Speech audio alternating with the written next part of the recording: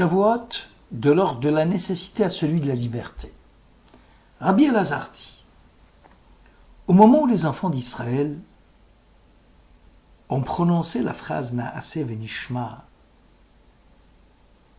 où ils ont donné la priorité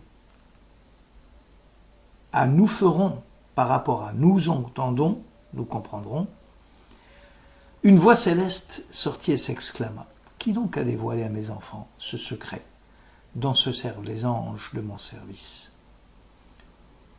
qui s'exprime, béni c'est Dieu, vous, ces anges remplis de force, vous accomplissez sa parole afin d'écouter sa parole. Au début, il est dit, vous accomplissez sa parole, puis après, vous écoutez sa parole. Traité Shabbat. Faire précéder la réflexion par l'engagement était un acte d'ange. D'ailleurs, malach signifie en hébreu ange ou messager, comme si l'ange n'existe que par rapport à sa mission. Israël accepte et se reconnaît dans ce sursaut de vérité qui le traverse. L'acte fait émerger l'être véritable.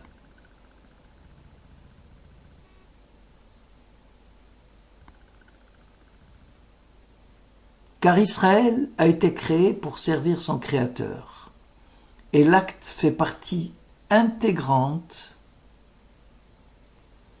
de son être. Le Maharal de Prague nous enseigne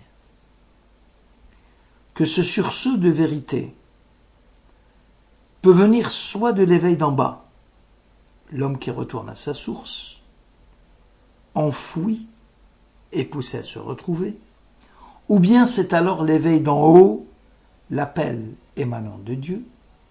C'est une première impulsion qui attend une réponse de l'homme. Une chose est claire, la décision est ancrée dans une intimité de l'inconscient.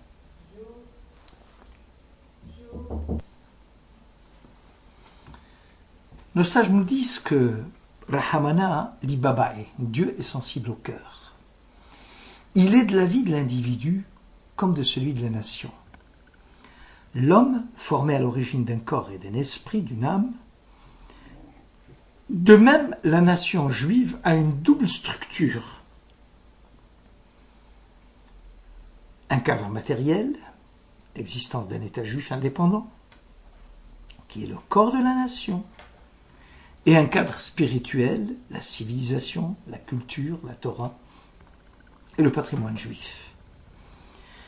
De la même façon qu'un corps sans âme est considéré comme mort, une nation comme la nation juive sans le souffle de la Torah, source et mère de toute culture juive, ferait partie des trépassés, et ce malgré le cadre étatique et l'indépendance nationale. Moïse, en annonçant la sortie de l'Égypte, dit au peuple, « Je vous ferai monter de la misère égyptienne vers le pays où coule le lait et le miel. » Voilà pour l'État indépendant. Et tout de suite après, il ajoute, « En faisant sortir ce peuple d'Égypte, vous adorerez Dieu sur cette montagne. » La pérennité de la nation est à ce prix. Nos sages nous enseignent que les deux fêtes de Pessah et de Shavuot sont le symbole en même temps de la libération physique et de la libération morale et spirituelle du peuple juif et constituent à elles le corps et l'âme de la nation juive. Dans le monde de la création par les 10 paroles, nous trouvons 10 fois dans le récit des origines l'expression « Vayomer », Dieu a dit. La parole était sans interlocuteur, sans vis-à-vis. Il n'y a pas de hiatus entre la parole et sa réalisation, C'était le mode indicatif. Dans le monde de la révélation, par les 10 paroles, Dieu s'adresse aux hommes. Désormais, il y a un interlocuteur.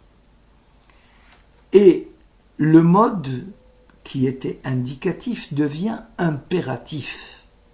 Cette fois-ci, la volonté de Dieu s'accomplit dans la loi, dans la liberté.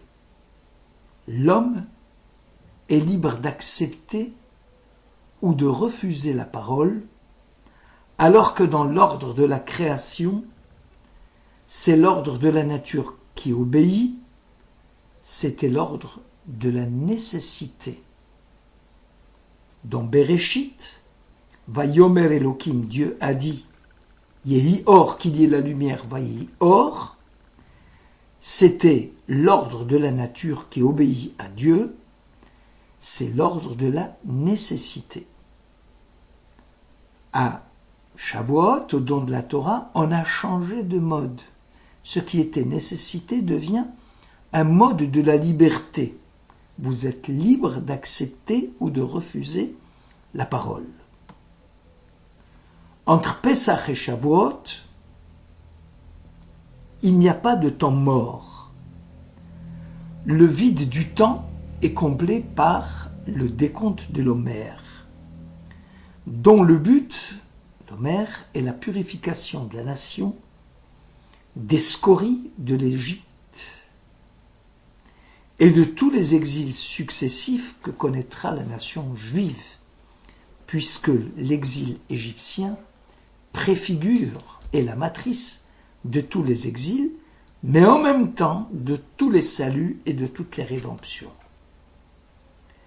La Sfirat HaOmer va rattacher d'une façon définitive Pesach à Shavuot. En Égypte, la parole de Dieu était en exil.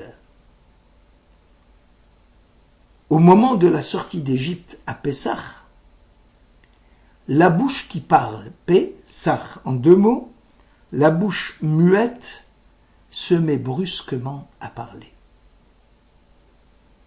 Dans la Haggadah, texte liturgique lu pendant le Seder de Pessah, nous lisons que dans chaque génération, les ennemis d'Israël cherchent à l'exterminer. En fait, ils cherchent à consommer la rupture du corps et de l'âme de la nation juive.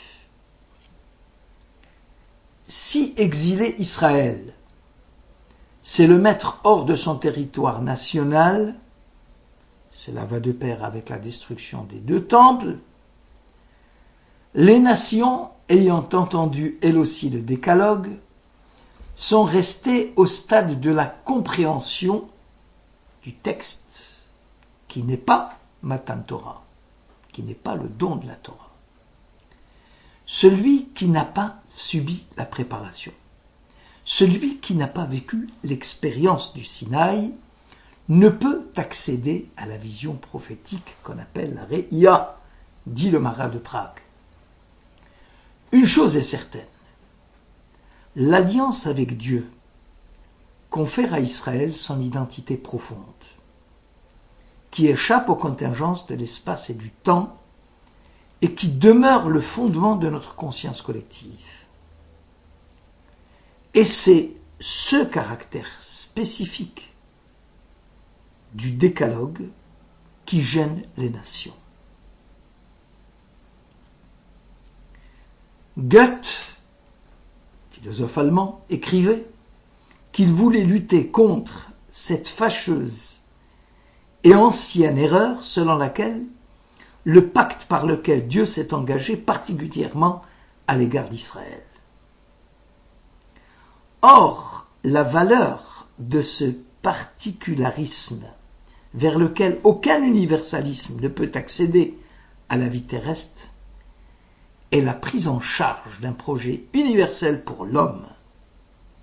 C'est, disent nos sages, l'origine de la haine anti-juive et des événements dramatiques qui ont secoué le monde juif durant ce siècle.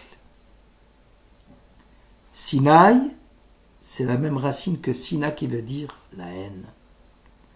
C'est dans cette tension que réside le message de la révélation qui concerne les Juifs et les nations.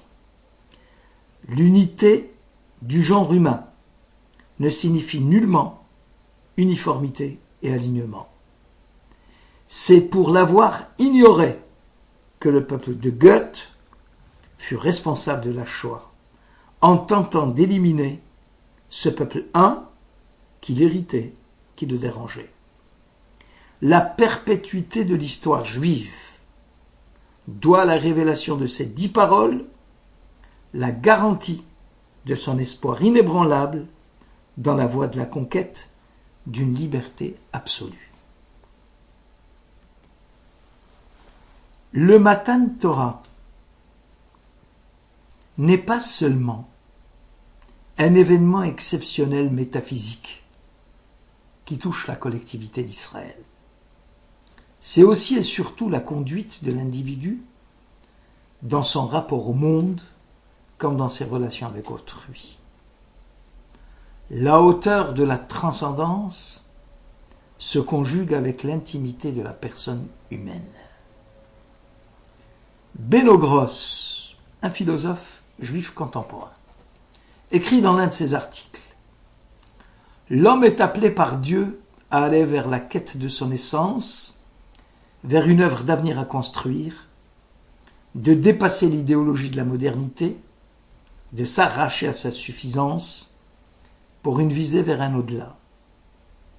Cet appel de Dieu demeure la garantie de la dignité humaine dans ce siècle de barbarie et de totalitarisme. Ne pas tuer, ne pas voler, ne pas convoiter, ne pas mentir. Ces commandements ont pour but d'introduire dans la vie humaine une dimension transcendante qui l'élève vers la sainteté.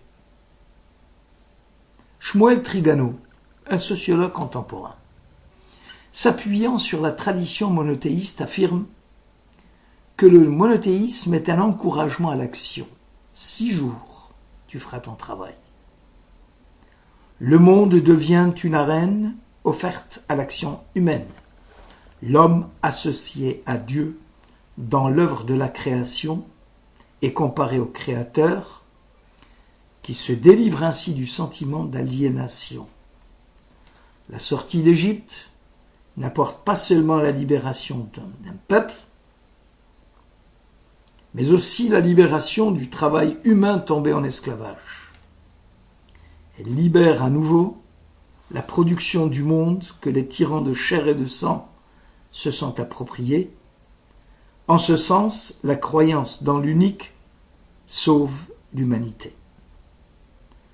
Dieu, disent nos sages, en donnant la Torah à son peuple, comme lors de la création du monde, montre la voie du don.